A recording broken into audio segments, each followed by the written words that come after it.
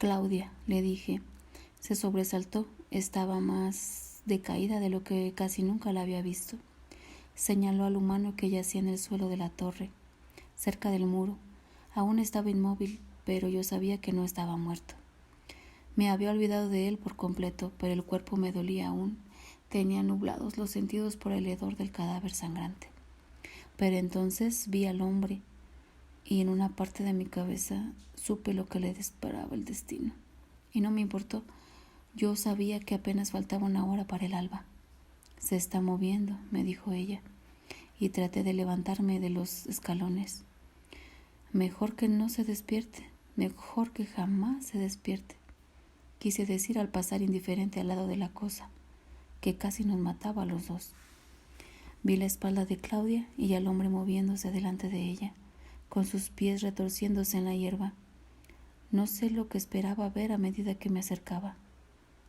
Qué campesino granjero aterrorizado, qué individuo miserable, aquel que ya había visto el rostro de esa cosa que lo había traído aquí. Y por un momento no me di cuenta de quién estaba ahí, hasta que vi que se trataba de Morgan, cuya pálida cara mostraba ahora la luna, así como las marcas del vampiro en la garganta, y los ojos azules mirando mudos e inexpresivos. De repente se abrieron mucho más cuando me acerqué. «Lois», susurró, atónito, moviendo los labios como si trataran de formar palabras, pero no lo pudieran hacer. «Lois», dijo de nuevo, y entonces vi que sonreía. Un sonido seco y ronco salió de su garganta cuando luchó por ponerse de rodillas y extendió una mano en mi dirección. Su rostro blanco y contorsionado se estiró cuando el sonido se apagó en su garganta, y sacudió la cabeza con desesperación. Su cabello pelirrojo revuelto se le cayó por encima de los ojos. Me di vuelta y me alejé corriendo. Claudia salió como un rayo detrás de mí y me agarró de un brazo. «¿Acaso no ves el color del cielo?», me susurró. Morgan cayó hacia adelante detrás de ella. «Lois», me llamaba de nuevo. Y la luz brilló en sus ojos. Parecía ciego a las ruinas, ciego a la noche, ciego a todo, salvo a un rostro que él reconocía. Esa única palabra que podían pronunciar sus labios. Me llevé las manos a los oídos, alejándome de él. Tenía la mano ensangrentada cuando la levantó. Pude oler y ver su sangre, y Claudia también lo hizo. Rápidamente ella cayó sobre él, empujándolo contra las piedras, con sus dedos blancos moviéndose por su cuello. Sus manos temblorosas buscaron en la oscuridad la cara de Claudia, y súbitamente él empezó a acariciarle los rubios rizos. Ella le hundió los dientes y él bajó las manos indefensas. Yo estaba en el borde del bosque cuando ella me alcanzó. «Debes ir con él y chuparle la sangre», me ordenó. Yo no podía oler la sangre en sus labios. Vi el calor en sus mejillas, su puño me quemó con su tacto, pero no me moví. «Escúchame, Lois», dijo ella con la voz desesperada y furiosa. «Te lo dejé, pero se está muriendo. No nos queda tiempo». Me la eché en los brazos y comencé el largo descenso. No había ninguna necesidad de precauciones, ninguna necesidad de cuidarse. No nos esperaba ningún fantasma sobrenatural. La puerta de los secretos del este de Europa estaba cerrada para nosotros. Caminé en la oscuridad hacia el camino. «¿Me vas a escuchar?», gritó ella, pero yo seguía adelante. Aún con sus manos se aferraba a mi abrigo, a mi pelo. «Mira el cielo, ¿acaso no lo ves?». Ella sollozaba contra mi pecho y yo crucé corriendo el riachuelo de aguas heladas y corrí a la búsqueda de la linterna en el camino. El cielo estaba azul cuando encontré el carruaje. «Dame el crucifijo», le grité a Claudia cuando hice estallar el látigo. «Solo podemos ir a un sitio».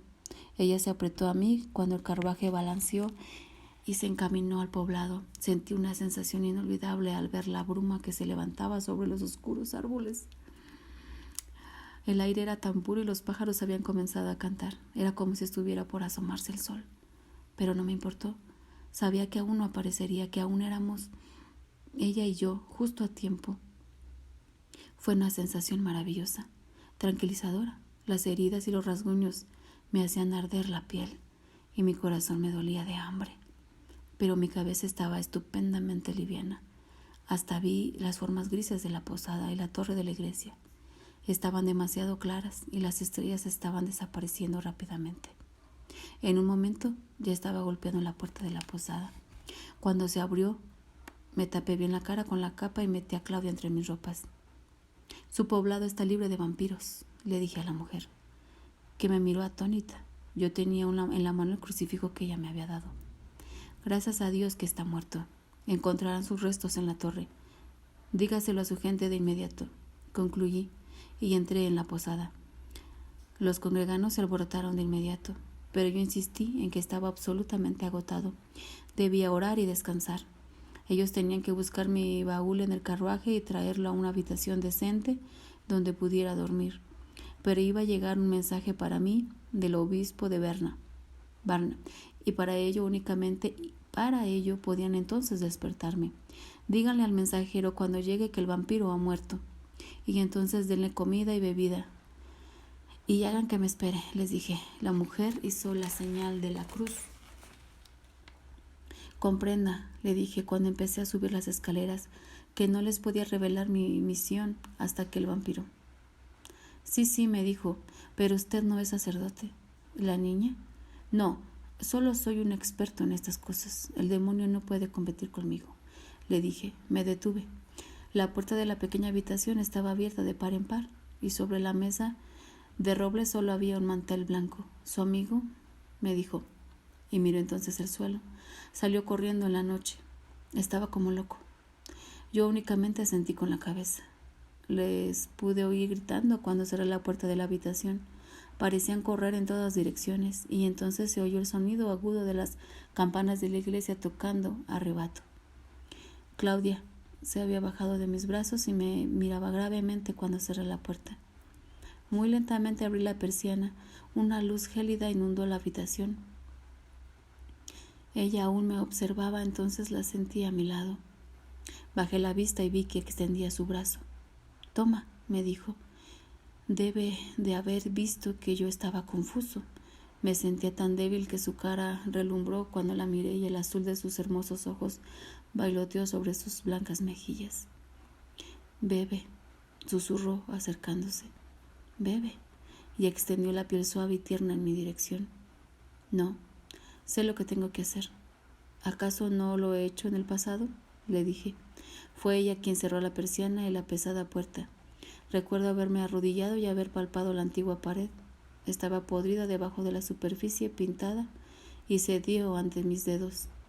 De improviso vi que mi puño la traspasaba y sentí que se me clavaban las astillas en la muñeca. Luego recuerdo haber buscado en la oscuridad y cascado algo cálido y punzante. Una corriente de aire frío y húmedo me golpeó la cara, y vi que a mi alrededor se hacía la oscuridad fría y húmeda, como si el aire fuera un agua silenciosa que traspasara la pared rota y llenara la habitación. El cuarto desapareció. Yo bebía de una corriente infinita de sangre cálida que fluía por mi garganta, y a través de mi corazón que latía, y a través de mis venas, de modo que mi cuerpo se calentó contra esta agua fría y negra. Y entonces el pulso de la sangre que bebía disminuyó. Mi corazón latía tratando de que ese corazón latiera al unísono. Me sentí elevar como si flotara en la oscuridad, y entonces esa oscuridad, al igual que el latido, empezó a desaparecer. Algo brilló, tembló muy débilmente con el sonido de unos pasos en las escaleras, en los suelos, el ruido de las ruedas y de los cascos de caballo sobre la tierra, y emitió un sonido de tintineo mientras vibraba. Veía a su alrededor una pequeña estructura de madera, y en ese marco salió a través del brillo la figura de un hombre. Era un conocido. Yo conocía su cuerpo, largo y delgado, su cabello sedoso y negro. Entonces vi que sus ojos verdes me observaban, y sus dientes. En sus dientes tenía algo enorme y suave y marrón, algo que él presionaba suavemente con las manos. Era una rata. Tenía una inmensa rata asquerosa con su gran rabo curvado congelado en el aire. Con un grito la arrojó al suelo y se quedó mirándome perplejo. mientras la sangre le emanaba de la boca abierta. Una luz penetrante me hirió los ojos. Luché tratando de abrirlos y entonces brilló toda la habitación. Claudia estaba frente a mí. No era una niña pequeña, sino alguien mayor que me empujó hacia adelante, hacia ella. Con ambas manos, ella estaba de rodillas y mis brazos la tomaron por la cintura. Entonces descendió la oscuridad mientras me abrazaba. El cerrojo encontró su lugar exacto. Mis miembros se durmieron y luego sentí la parálisis del olvido. Y así fue, dijo el vampiro, como pasamos por Transilvania, Hungría, Bulgaria y todos esos países donde los campesinos creían que los muertos vivientes caminaban y en donde abundaban las leyendas de los vampiros. En cada poblado nos encontrábamos un vampiro, sucedía lo mismo. ¿Era un cadáver sin mente?, preguntó el joven. Siempre, dijo el vampiro. Cada vez que los encontrábamos, recuerdo un puñado de esas criaturas. A veces solo las veíamos a distancia. Conocíamos muy bien sus cabezas bovinas, gachas, los hombros caídos, las ropas podridas y andrajosas. Era una población rara. Llegamos a conocer a una mujer que había muerto unos 6 meses antes. Los vecinos la habían visto y conocían su nombre. Ella fue la única que no nos dio una esperanza en nuestras experiencias en Transilvania. Y esa esperanza terminó en la nada.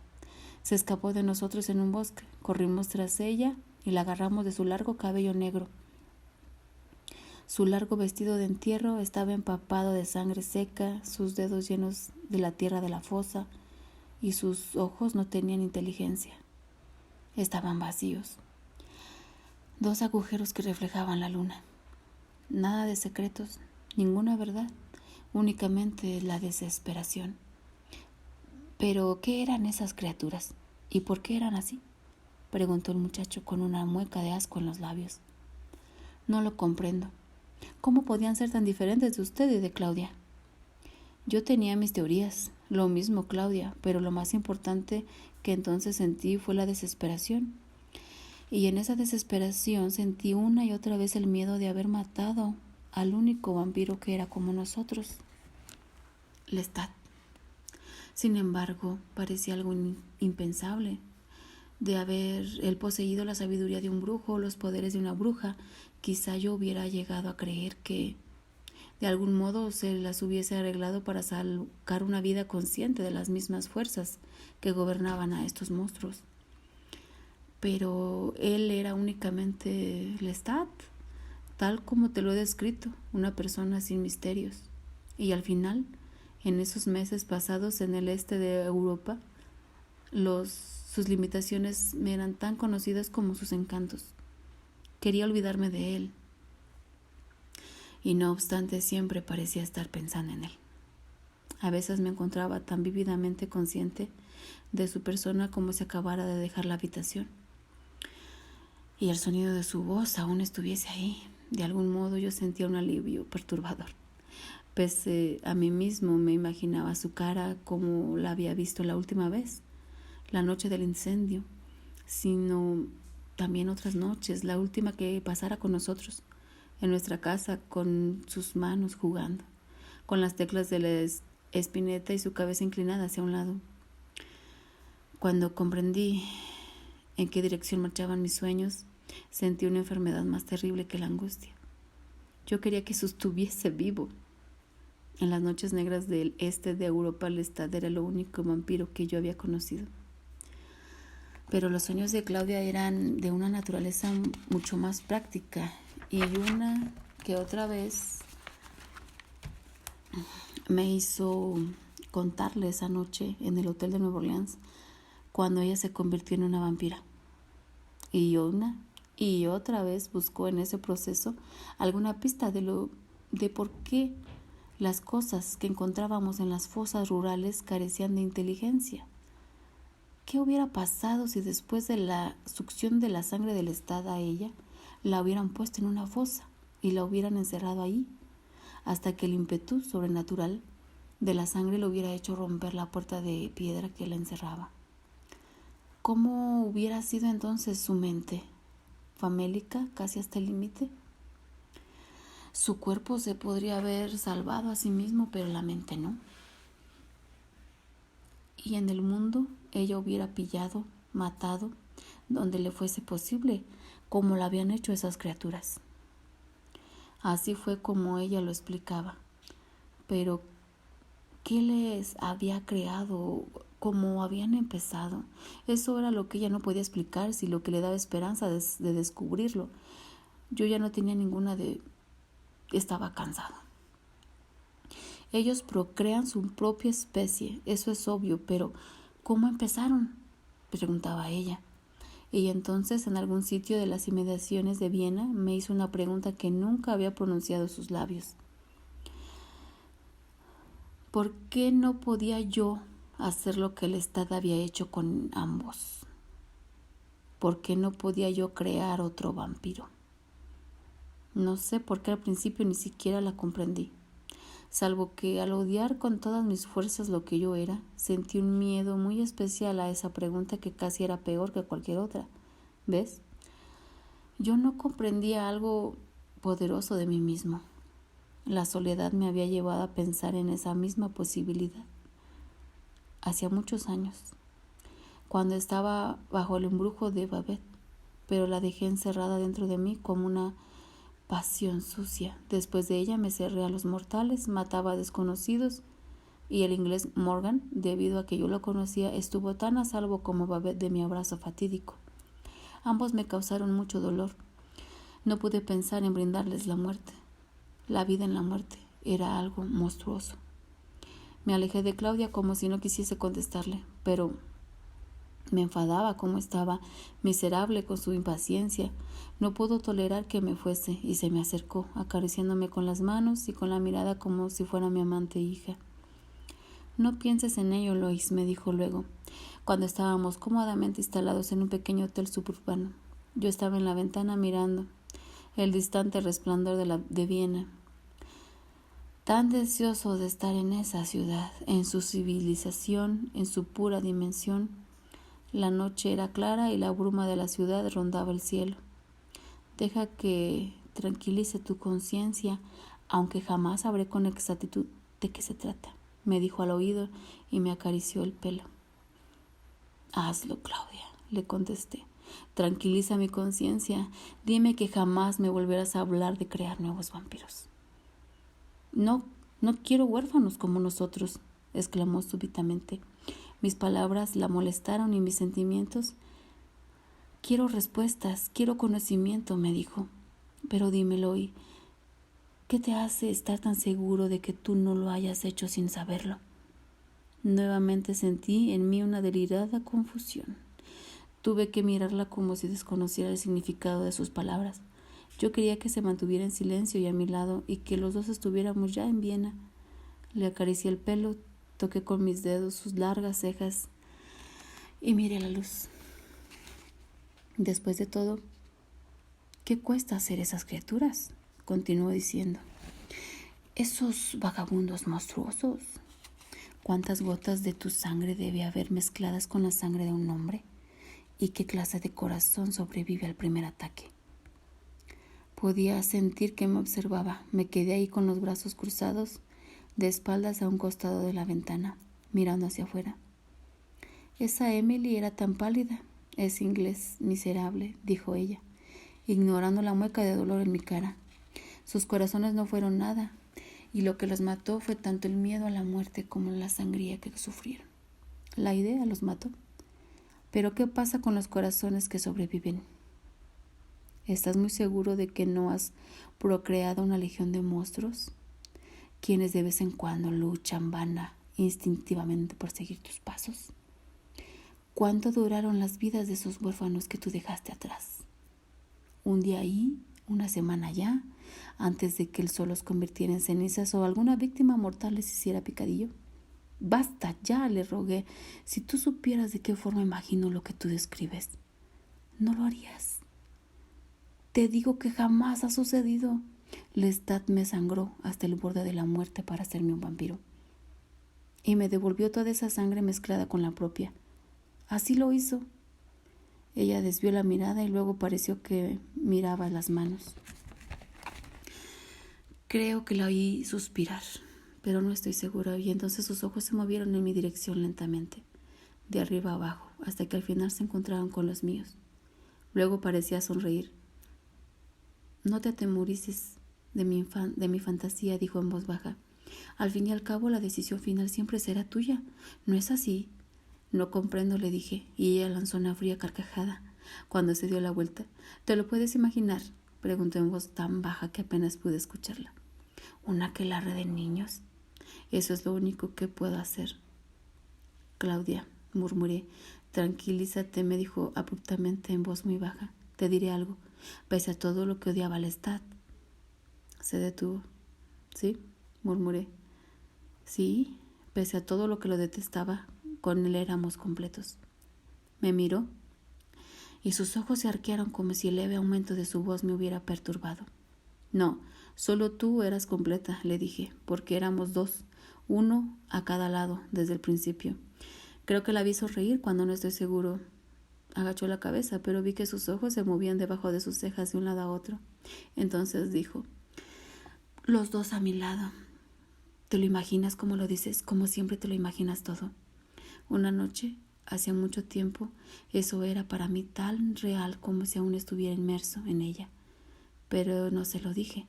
Esa noche ella estaba desesperada, escapándose del Lestat, quien le había pedido que asesinara a una mujer en la calle a quien Claudia había dejado en paz. Obviamente la alarmaba. Yo estaba seguro de que esa mujer se parecía bastante a su madre. Por último, ella se escapó de nosotros dos, pero yo la encontré en el camino y vi cómo la colocó en el armario debajo de las chaquetas y los abrigos, aferrada a su muñeca. Y al llevarla a su cuna me senté a su lado y le canté. Y ella me miró, aferrada a su muñeca, como si se tratara de una forma misteriosa y ciega de calmar un dolor que ella ni siquiera podía empezar a comprender. ¿Te lo puedes imaginar? Esta espléndida situación doméstica, el padre vampiro que canta a su hija vampira. Únicamente la muñeca tenía un rostro humano. Únicamente la muñeca. Pero debemos irnos de aquí, dijo súbitamente Claudia. De años después, como si el pensamiento se le hubiera formado en la mente, con una urgencia especial. Se había llevado las manos a las orejas como si se protegiera contra un sonido de espanto, por los caminos que hemos recorrido, por lo que ahora veo en tus ojos debido a que he pronunciado pensamientos que para mí no son más que simples consideraciones. Perdóname, dije con la mayor amabilidad posible, retirándome lentamente de aquella habitación de tanto tiempo atrás, de esa niña monstruosa y Lestat. ¿Y dónde estaba Lestat? En el otro cuarto encendieron una cerilla. Una sombra brotó de repente a la vida, como si la luz y la oscuridad llegaran a una vida donde únicamente había oscuridad. Perdóname, me dijo, entonces en ese hotel pequeño, cerca de la primera capital del occidente europeo que tocábamos. No, nos perdonamos mutuamente, pero a él no lo olvidamos. Y sin él, ya ves las cosas que pasan entre los dos. Solo porque estamos cansados y las cosas son difíciles, le dije a ella y a mí mismo, porque no había nadie más en el mundo con quien yo pudiera hablar. Así, y en eso es lo que debe terminar. Te lo digo, empiezo a comprender que hemos hecho todo mal desde el comienzo. Debemos pasar de largo lo de Viena. Necesitamos nuestro idioma, nuestra gente. Quiero ir directamente a París. Tercera parte. Creo, reinició su relato el vampiro, que el mismo nombre de París me trajo un soplo de placer que fue extraordinario. Un alivio tan próximo al bienestar que me sorprendí, no solo de poder sentirlo, sino de haberme olvidado casi de toda esa sensación. Me pregunto si puedes comprender lo que significó. Mis palabras no lo pueden expresar ahora porque lo que París implica para mí es muy diferente de entonces, de aquellos días, de aquella época, pero aún ahora cuando lo recuerdo siento algo parecido a la felicidad y ahora tengo más razones que nunca para decir que la felicidad No es lo que jamás llegaré a conocer ni lo que mereceré conocer. No obstante, el nombre de París me hace sentirla. A menudo la belleza mortal me duele y la grandeza mortal me puede llenar con esa añoranza que sentí con tanta desesperación en el Mediterráneo. Pero París me acercó a su corazón y me olvidé por completo de mí mismo. Me olvidé de esa cosa condenada y sobrenatural que andaba con una piel mortal y unas vestimentas mortales. París me abrumó y me iluminó y me recompensó con más riquezas que cualquier promesa. Era la madre de Nueva Orleans. Comprende eso primero. Le había dado vida, su vida a Nueva Orleans, y era lo que nunca Nueva Orleans había tratado de ser durante mucho tiempo. Pero Nueva Orleans, aunque hermosa y desesperadamente viva, era tan desesperadamente frágil. Había algo salvaje y primitivo para siempre, algo que amenazaba su vida exótica y refinada tanto desde adentro como desde afuera. Ni un centímetro de esas calles de madera, ni un ladrillo de esas atestadas casas españolas habían sido traídos de la fiera intemperie que rodeaba eternamente la ciudad, lista para tragársela. Los huracanes, las inundaciones, las fiebres, la plaga y los pantanos de Luisiana trabajaban, incesantes, en cada tabla martillada, en cada fachada de piedra. De modo que Nueva Orleans siempre parecería como un sueño en la imaginación de su populacho ansioso, un sueño mantenido intacto con una voluntad colectiva y tenaz, aunque inconsciente. Pero París era en sí misma una totalidad, pulida y modelada por la historia. Así parecía en aquella época de Napoleón III, con los edificios, con sus torres, sus imponentes catedrales, sus grandes avenidas y sus antiguas callejuelas medievales, tan vasta e indestructible como la misma naturaleza. Ella todo lo abarcaba. Su población volátil y encantada, llena de las galerías, los teatros, los cafés, dando vida una y otra vez al genio y la santidad, la filosofía y la guerra, la frivolidad y el arte más bello, de modo que parecía que todo el mundo fuera de ella estuviera a punto de hundirse en la oscuridad, y todo lo que era hermoso y esencial podía llegar allí a dar su mejor fruto. Incluso los árboles majestuosos que agraciaban y protegían sus calles estaban a tono con ella, y las aguas del Sena, contenidas y hermosas mientras pasaban por su corazón, y la tierra en ese lugar tan formada por la sangre y la conciencia, parecía haber dejado de ser la tierra y haberse convertido en París. Nuevamente estábamos con vida. Estábamos enamorados, y tan eufórico estaba yo después de esas noches sin esperanza vagabundeando por el este de Europa que me entregué por completo cuando Claudia nos instaló en el hotel, en el Boulevard de Capuchines. Se decía que era uno de los hoteles más grandes de Europa. Sus habitaciones inmensas empequeñecían el recuerdo de nuestra vieja casona, pero al mismo tiempo lo invocaban con un gran esplendor. Íbamos a tener una de las mejores suites. Nuestras ventanas daban al bulevar iluminado con lámparas de gas, y allí a primera hora del atardecer las aceras se llenaban de paseantes y una hilera interminable de carruajes pasaban llevando a las damas lujosamente ataviadas junto a sus caballeros camino de la ópera o la ópera, los teatros, las fiestas y las recepciones infinitas de las Tullerías. Claudia dio sus razones para ese gasto de un modo amable y lógico, pero pude darme cuenta de que se impacientaba teniendo que pedir todo por mi intermedio. Le era irritable. Dijo que el hotel nos permitía una libertad completa. Nuestros hábitos nocturnos pasarían inadvertidos con la continua afluencia de turistas europeos. Nuestras habitaciones serían mantenidas inmaculadas por un equipo anónimo, mientras que el elevadísimo precio de que pagábamos nos garantizaba la intimidad y la seguridad. pero había algo más en sus palabras, había un propósito frenético en sus compras. Este es mi mundo, me explicó, sentada en una sillita de terciopelo delante del gran balcón y contemplando la larga fila de carruajes que se detenían a la puerta del hotel. Debo tenerlo según mis deseos, dijo, como hablando consigo misma. Y entonces arreglamos las habitaciones como a ella le gustaba, con un llamativo empapelado rosa y dorado en las paredes, y abundancia de damasco y de muebles aterciopelados, cojines bordados y colgaduras de seda para la cama de dosel.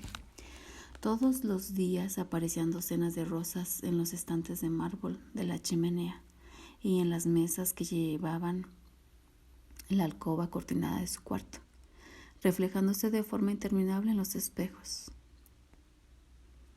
Y por último, lleno las altas ventanas con un verdadero jardín de camelias y helechos. Extraño las flores.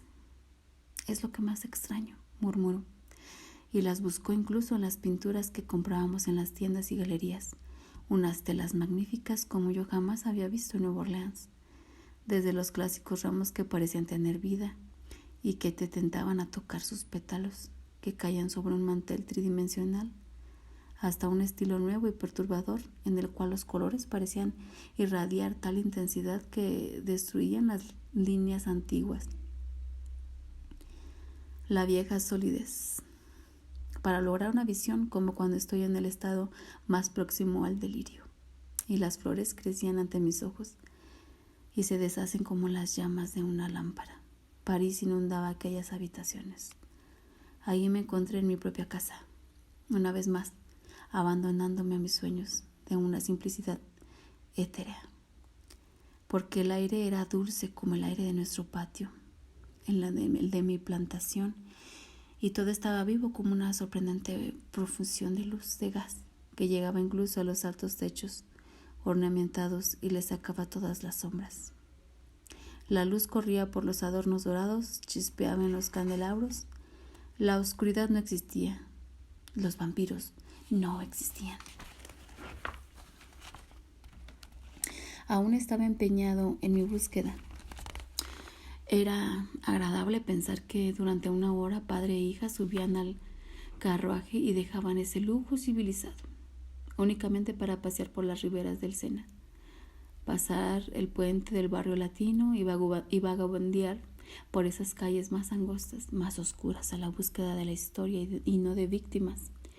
Luego retornábamos al reloj palpitante y a los morillos de latón y a las cartas de azar sobre la mesa, libros de poetas, el programa de una obra de teatro, y alrededor de todo, el zumbido suave del gran hotel, los distantes violines, una mujer que hablaba con una voz rápida y animaba por encima del sonido de un cepillo de pelo, y un hombre, allá arriba en el piso más alto, repetía una y otra vez al aire nocturno: comprendo, estoy empezando a comprender. Estoy empezando a comprender. ¿Te gusta de este modo?, preguntó Claudia, quizá para hacerme saber que no se había olvidado de mí porque ahora pasase las horas en silencio. No se hablaba más de vampiros. Pero algo estaba mal. No se trataba de la antigua serenidad, el ánimo pensativo que es el recogimiento. Era una meditación intranquila, una insatisfacción latente. Y aunque desaparecía de sus ojos cuando yo la llamaba o le contestaba, la furia parecía acumularse muy cerca de la superficie. Oh, tú sabes cómo me gustaría, le contesté, persistiendo en el mito de mi propia voluntad. Alguna buhardilla cerca de la Soborna, lo bastante cerca del alboroto, lo suficientemente distante, pero profundamente me gusta eso, que te gusta a ti. Pude ver que se crispaba mirando por encima de mí como diciendo: no tienes remedio, no te me acerques demasiado, no me preguntes lo que yo te pregunto. ¿Estás contento? Mis recuerdos son demasiado claros, demasiado agudos. Las cosas deberían gastarse en los bordes y lo irresoluto debería suavizarse. De ese modo Hay escenas tan cerca de mi corazón como fotos en un marco. Sin embargo, son relatos monstruosos que ningún artista, ninguna cámara jamás lograrán. Y una y otra vez veo a Claudia al borde del piano, la última noche en que Lestat tocaba preparándose a morir. Y la cara de Claudia cuando él la provocaba, esa contorsión que de inmediato se convertía en una máscara. La atención le podría haber salvado la vida a Lestat, si de hecho estaba muerto de verdad. Algo se acumulaba en Claudia, algo que se revelaba lentamente al testigo menos predispuesto del mundo. Tenía una nueva pasión por los anillos y brazaletes, nada propia de una niña. Su espalda pequeña y derecha no era la de una niña y a menudo ella entraba delante de mí en pequeñas boutiques y señalaba con un dedo imperioso un perfume o unos guantes y los pagaba ella misma. Nunca me alejaba mucho, siempre me sentía incómodo, no porque temiera algo en esa inmensa ciudad, sino porque le tenía miedo a ella. Siempre había sido la niña perdida para sus víctimas, la huérfana, y ahora parecía algo diferente, algo corrompido y sorprendente a los transeúntes que sucumbían ante ella. Pero esto frecuentemente era privado. Yo me quedaba una hora rastreando alrededor de la esculpida monte, o sentado en el carruaje junto al parque. Y entonces una noche, cuando me desperté en la cama lujosa del hotel, sobre un libro aplastado incómodamente debajo de mí, descubrí que se había ido. No me animé a preguntar a los criados si la habían visto. Nuestra costumbre era no prestarles atención. No teníamos nombre para ellos. La busqué por los corredores, por las calles, incluso en el salón de fiestas, donde me dio un miedo inexplicable cuando pensé que ella estaba ahí sola. Pero por último la vi llegar al recibidor, con su cabello brillando bajo su bonete debido a la lluvia. Una niña que aparecía corriendo, como después de una pícara escapada, encendiendo los rostros de los hombres y mujeres mientras subía por la gran escalera y me pasaba como si no me hubiera visto. Una imposibilidad, una extraña y graciosa pose. Cerré la puerta cuando se quitó la capa con un volteo de sus gotas doradas y se sacudía el pelo. Las cintas cayeron a los costados. Sentí un gran alivio al ver el vestido infantil, aquellas cintas y algo maravillosamente agradable en sus brazos. Una pequeña muñeca, unida quizá con alambres debajo de su vestido flotante. Sus pequeños pies sonaron como una campana. «Es una señora muñeca», me dijo mirándome. «¿Ves? Una señora muñeca». Y la puso en el armario. «Así parece», susurré. «La hizo una mujer», dijo ella. «Hace muñecas infantiles, todas iguales. Tiene una tienda de muñecas y yo le dije que quería una muñeca adulta».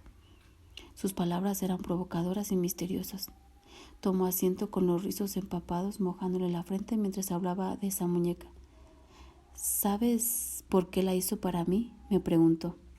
«Decía que la habitación en sombras para poder retirarme de aquel círculo cálido de fuego hacia la oscuridad. Decía no estar sentado en la cama como en el escenario iluminado mirándola delante de mí y en los espejos con sus mangas anchas. Porque eres una niña hermosa y ella quiso hacerte feliz», dije con una voz extraña hasta para mí mismo. Se rió en silencio. «Una niña hermosa», dijo mirándome. «¿Todavía piensas que lo soy?», preguntó, y se volvió a oscurecer el rostro y volvió a juguetear con la muñeca. Sus dedos empujaron el pequeño borde del vestido hasta los pechos de porcelana. «¿Sí? ¿Me parezco a sus muñecas? Yo soy su muñeca. La deberías de ver en esa tienda, agachada sobre sus muñecas, cada una con la misma cara, los mismos labios». Se tocó los labios. Algo pareció moverse de repente, algo dentro de las mismas paredes de la habitación, y los espejos temblaron con su imagen como si la tierra hubiera suspirado de sus cimientos. Los carruajes temblaron en las calles, pero estaban demasiado distantes, y entonces vi que estaba haciendo una figura aún infantil. En una mano tenía la muñeca, la otra en sus labios, y la mano que tenía en la muñeca la estaba aplastando y rompiendo, hasta que quedó hecha un montón de porcelana que cayó de su mano abierta y sangrante sobre la alfombra. Movió el diminuto vestido y produjo una lluvia de partículas rotas. Yo desvié la mirada, luego la vi en el espejo inclinado frente al fuego con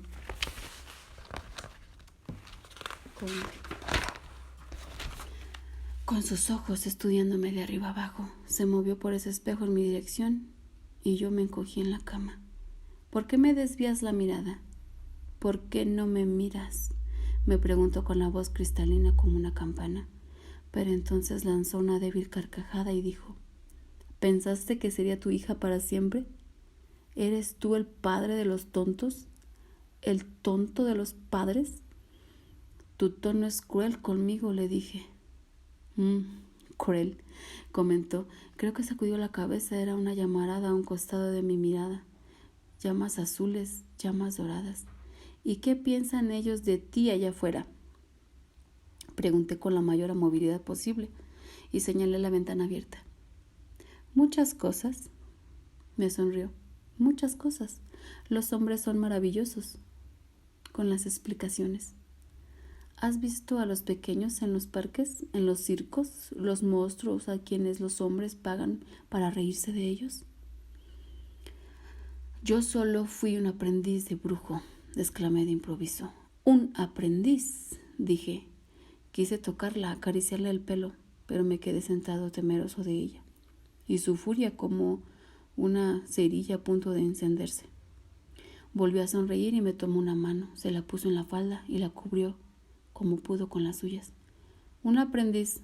Sí, dijo riéndose, pero dime una cosa, una sola cosa desde tu elevada posición. ¿Cómo era hacer el amor? Me alejé de ella antes de pensarlo siquiera y busqué mi capa y mis guantes como un hombre aturdido. ¿No te acuerdas?, me preguntó con perfecta calma. Cuando puse la mano en el picaporte, me detuve, sintiendo sus ojos en mi espalda avergonzado, y me di vuelta e hice como que pensaba: ¿a dónde voy? ¿Qué haré? ¿Por qué estoy aquí? Fue algo efímero, dije, tratando de encontrar su mirada. Cuán perfecta, flamante y azules eran sus ojos, y qué decididos. Y fue muy pocas veces saboreando algo agudo que se perdía rápidamente. Pienso que era la sombra pálida del asesinato. Ah, murmuró ella, ¿cómo herir tal como lo hago ahora yo? Esa es también la pálida sombra del asesinato. Sí, madame, le dije. Tiendo a creer que es lo correcto. Y haciendo una leve reverencia, le di las buenas noches. Tras una pausa, el vampiro prosiguió. Rato después de haberla dejado, animoré el paso. Había cruzado el Sena, quería la oscuridad, esconderme de ella y de los sentimientos que me agobiaban, y del gran miedo consumidor ante la evidencia de que yo era absolutamente inadecuado para hacerla feliz, o para hacerme feliz a mí mismo o haciéndola feliz a ella. Hubiera dado el mundo para satisfacerla, el mundo que ahora poseíamos, que al mismo tiempo parecía vacío y eterno. No obstante, me sentí ofendido con sus palabras y sus ojos, y ninguna explicación, que me pasaban y me pasaban por la cabeza, incluso formándose en mis labios con susurros desesperados.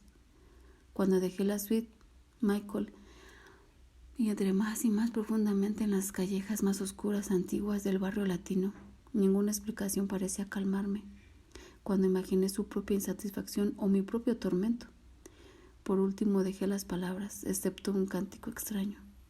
Estaba en el silencio negro de la callejera, y ciegamente seguí sus bruscos giros, reconfortando por la altura de sus angostos edificios que parecían capaces de caerse en cualquier momento. Cerrando la calleja bajo las estrellas indiferentes, me dije: no la puedo hacer feliz, no la hago feliz, y su infelicidad crece cada día.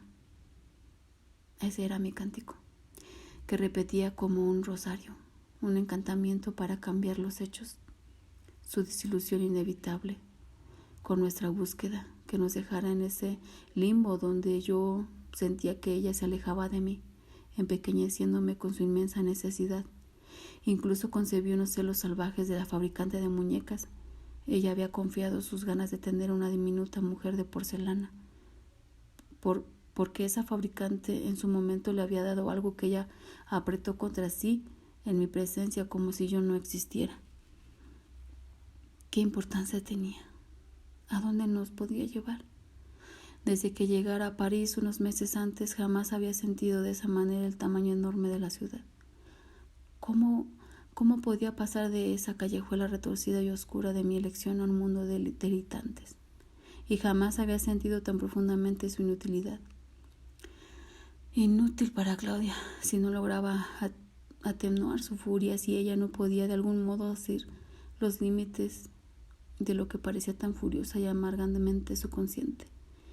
Yo estaba indefenso, ella estaba indefensa, pero era más fuerte que yo, y yo no sabía. Había sido incluso en el momento en que me alejé de ella en el hotel, que detrás de sus ojos había un amor continuo hacia mí. Y mareado y cansado y ahora perdido, advertí que los sentidos inextinguibles del vampiro, que alguien me seguía. Mi primer pensamiento fue irracional. Ella había salido detrás de mí, y más avispada que yo me había seguido a gran distancia, pero con tanta seguridad que no me ocurriera yo de eso. Se me presentó otra idea, una idea bastante cruel a la luz de todo lo que había pasado entre nosotros. Los pasos eran demasiado pesados para ser ella. Simplemente se trataba de un mortal que caminaba por el mismo callejón, que caminaba ignorante hacia la muerte. Entonces proseguí mi camino, y casi dispuesto a caer en mi propio dolor, porque me lo merecía, cuando mi mente me dijo: «Eres un tonto, escucha». Y se me ocurrió que esos pasos, haciendo eco a gran distancia, allá atrás de mí, sonaban al mismo tiempo que los míos. Una casualidad, porque sí eran mortales, estaban lejos del oído mortal. Pero cuando me detuve para considerar eso, se detuvieron, y cuando me di vuelta diciendo: «Lois, te engañas a ti mismo», y volvió a empezar. Ellos también lo hicieron, paso a paso, hasta cuando aumenté la velocidad, y entonces ocurrió algo innegable, notable. En Garde, como estaba, con los pasos que me seguían, tropecé en una de las piedras y caí sobre la pared. Y detrás de mí, aquellos pasos hicieron eco perfecto del súbito ritmo de mi caída. Me quedé atónito y en un estado de alarma superior al miedo. A mi derecha e izquierda la calle estaba a oscuras. Ni siquiera una luz mortecina brillaba en la ventana de alguna casa, y la única seguridad que tenía era la gran distancia que me separaba de esos pasos, y la garantía de que no eran humanos. No supe qué hacer. Sentí el deseo casi irresistible de llamar a ese ser y darle la bienvenida, hacerle saber lo más rápido y completamente posible que yo lo estaba esperando, que lo había buscado, que lo enfrentaría. Pero tuve miedo. Lo que me pareció sensato fue seguir caminando, esperar a que se aproximara, y cuando lo hice, volvió a imitar mis pasos a la distancia. Siguió siendo la misma. Aumentó mi tensión y la oscuridad a mi alrededor se hizo cada vez más amenazante. Me pregunté una y otra vez, midiendo aquellos pasos: ¿por qué me sigues? ¿Por qué me haces saber que estás ahí? Entonces doblé una esquina y un rayo de luz apareció delante de mí, en la siguiente calle. Esa subida en cuesta, y avancé muy lentamente. El corazón me aturdía los oídos, renuente a mostrarme en esa luz. Y cuando vacilé, de hecho, me detuve. Justo antes de la curva siguiente, algo resonó encima, como si el techo de la casa se hubiera derrumbado. Salté hacia atrás justo al tiempo de evitar que una carga de piedras cayera sobre mí. Todo quedó en silencio. Miré las piedras, escuchando, esperando, y entonces lentamente di la vuelta hacia la luz para ver debajo de las lámparas de gas la figura inequívoca de un vampiro.